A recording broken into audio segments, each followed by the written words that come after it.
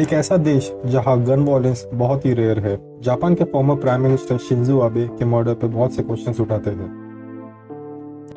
Western city नारा में Friday 8 जुलाई 2022 में शिंजो आबे की एक आउटडोर इलेक्शन कैंपेनिंग शुरू थी, जब उनको पीछे से गोली मारी गई। 2 गन शॉट्स की आवाज आई। कुछ ही देर में कुछ सिक्योरिटी गार्ड्स ने एक व्यक्ति को जमीन पे गिरा दिया। उसने ग्रे टी शर्ट, ट्राउजर और फेस मास्क पहना हुआ था। एक फॉर्मर जापानी नेवी मेंबर था जिसका नाम तेत्सुया यामागामी है। जापानी न्यूज़ NHK की रिपोर्ट के अनुसार यामागामी 2002 से 2005 तक डिफेंस में काम करता था। एक रिपोर्ट के अनुसार वो एज ए फोकलिफ्ट ऑपरेटर के हिसाब से एक कंपनी में काम करता था। कुछ हेल्थ रीजंस के कारण उसको अपना जॉब छोड़ना पड़ा। पुलिस के अनुसार यामागामी का प्लान एक रिलीजियस ग्रुप के लीडर को टारगेट करना था। उसने यह बताया कि उनकी मदर एक रिलीजियस ग्रुप जिसका नाम family federation for world peace and unification, जिसको यूनिफिकेशन चर्च भी बोलते हैं, उसकी मेंबर थी। यामागामी का कहना है कि रिलीजियस ग्रुप के नाम पे उनकी मदर ने कंटिन्यूस डोनेशन किया, जिसके कारण वो बैंकरप्ट हो चुकी थी। यूनिफिकेशन चर्च की स्थापना 1954 में साउथ कोरिया में हुई। इसके फाउंडर, जिनका नाम सुन म्यूंग मून था, वो एक एंटी कम्युनिस्ट थे और खुद को एक मसीहा बोलते थे। इनको ग्लोबल अटेंशन मिलने लगी जब वो मास वेडिंग्स कराया करते थे। मास वेडिंग्स मतलब एक ही टाइम में हजारों कपल्स की शादी करवाते थे। तोमिहिरो तानाका, जो कि यूनिफिकेशन चर्च के जापान ब्रांच के प्रेसिडेंट है, उन्होंने ये तो कंफर्म किया कि यामागामी की मदर उनके चर्च की मेंबर थी, पर उन्होंने कोई भी डोनेशन से इनकार किया। जापानी न्यूज़ रियूटर्स के अनुसार यामागामी की मदर ने चर्च 1998 में ज्वाइन किया था, लेकिन 2009 से 2017 के बीच में उन्होंने चर्च के इवेंट्स में पार्टिसिपेट नहीं किया।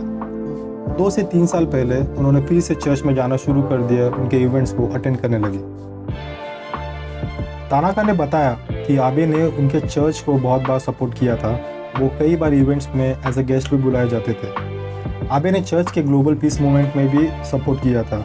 मून, जो कि फ्लुएंट जापानीज बोलते थे, उन्होंने लेट 1960s में एक एंटी कम्युनिस्ट ग्रुप लॉन्च किया था जिसका नाम international federation for victory over communism था, और वो कई पॉलिटिशियन से अच्छा रिलेशन मेंटेन करने लगे। नोबुसुके किशी, जो कि आबे के ग्रैंडफादर थे और जापान के प्राइम मिनिस्टर भी रह चुके, जो कि उस टाइम में मून के साथ खड़े थे, उन्होंने भी एंटी कम्युनिज्म को सपोर्ट किया था। लगभग 6 लाख लोग सिर्फ जापान में यूनिफिकेशन चर्च से जुड़े हैं और करीब 1 करोड़ लोग पूरी दुनिया में इस चर्च से कहीं ना कहीं तरह से जुड़े हुए हैं। आबे यूनिफिकेशन चर्च से जुड़े हुए तो नहीं थे, पर वो चर्च के लिए पेड स्पीचेस देते थे चर्च रिलेटेड इवेंट्स में, और यही यूनिफिकेशनिस्ट, जो कि चर्च के मेंबर्स को बोलते हैं, वो एक अच्छा खासा वोट बैंक बन चुका था आबे की लिबरल डेमोक्रेटिक पार्टी के लिए। शायद यही कारण होगा यामागामी का कि एक तो चर्च के लीडर को टारगेट करे या फिर आबे को। लिबरल डेमोक्रेटिक पार्टी के leader Shinzo Abe 2 time Japan के प्राइम मिनिस्टर रह चुके हैं। पहला टर्म 2006 से 2007 में और फिर 2012 से 2020 तक। वो अब तक के जापान के लॉन्गेस्ट टर्म के प्राइम मिनिस्टर रह चुके हैं। आबे को हमेशा याद किया जाएगा उनकी कुछ हिस्टोरिक पॉलिसीज के कारण। उनकी जो डिफेंस पर स्पेंडिंग्स थी, जो जापान की 70 ईयर्स में सबसे ज़्यादा थी। उनके टर्म में उन्होंने चाइना के साथ रिलेशंस इंप्रूव करने के लिए ट्राई किया था। उनका 2018 में historic phone call Chinese leader Xi Jinping को, उसी टाइम चाइना के एक्सपेंशन के अगेंस्ट उनका स्टैंड, ये सब चीज़ उन्हें एक वर्ल्ड लीडर के नज़रिए से लोग देखने लगे। आबे का जन्म 21 सितंबर 1954 में एक प्रोमिनेंट पॉलिटिकल फैमिली में हुआ।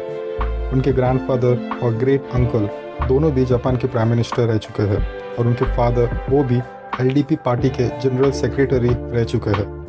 1993 में आबे पहली बार जापान के हाउस ऑफ रिप्रेजेंटेटिव बने। 2000 में वो कई बार कैबिनेट पोजीशन में रह चुके हैं। फिर 2003 में LDP पार्टी के जनरल सेक्रेटरी बनाए गए, और 4 साल बाद वो पार्टी के प्रेसिडेंट बने और फिर जापान के प्राइम मिनिस्टर। उनका जो टर्म है वो पहले से ही बहुत कंट्रोवर्सी से घिरा रहा, जिससे उनकी हेल्थ पर बहुत असर हुआ। यही कारण था कि उन्हें 2007 में पार्टी लीडर और प्राइम मिनिस्टर के पोस्ट से रिजाइन करना पड़ा। उनके बाद लगातार 5 साल तक जापान के 5 प्राइम मिनिस्टर बदले, जब तक वो फिर से 2012 में प्राइम मिनिस्टर बने। फिर 2020 में उन्होंने हेल्थ इश्यूज के कारण प्राइम मिनिस्टर पोस्ट से रिजाइन किया। इससे पहले भी कई पॉलिटिकल लीडर्स का असैसिनेशन हुआ है, जिसमें US के प्रेसिडेंट जॉन F. कैनेडी का नाम है, जिनको 1963 में गोली मारी थी। पाक चोंग ही जो कि साउथ कोरिया के प्रेसिडेंट थे, उनको 1961 में गोली मारी थी।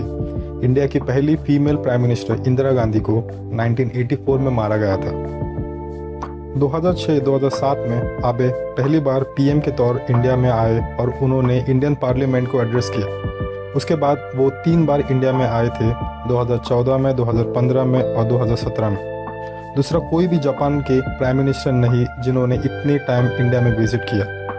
वो जापान के पहले प्राइम मिनिस्टर थे जिनको 2014 की रिपब्लिक डे पर एज अ चीफ गेस्ट बुलाया था। 2007 में आबे पार्लियामेंट को एड्रेस करते हुए उनकी वो स्पीच जो कि बहुत फेमस हुई, कॉन्फ्लुएंस ऑफ द 2 सीज के कॉन्सेप्ट का फाउंडेशन किया।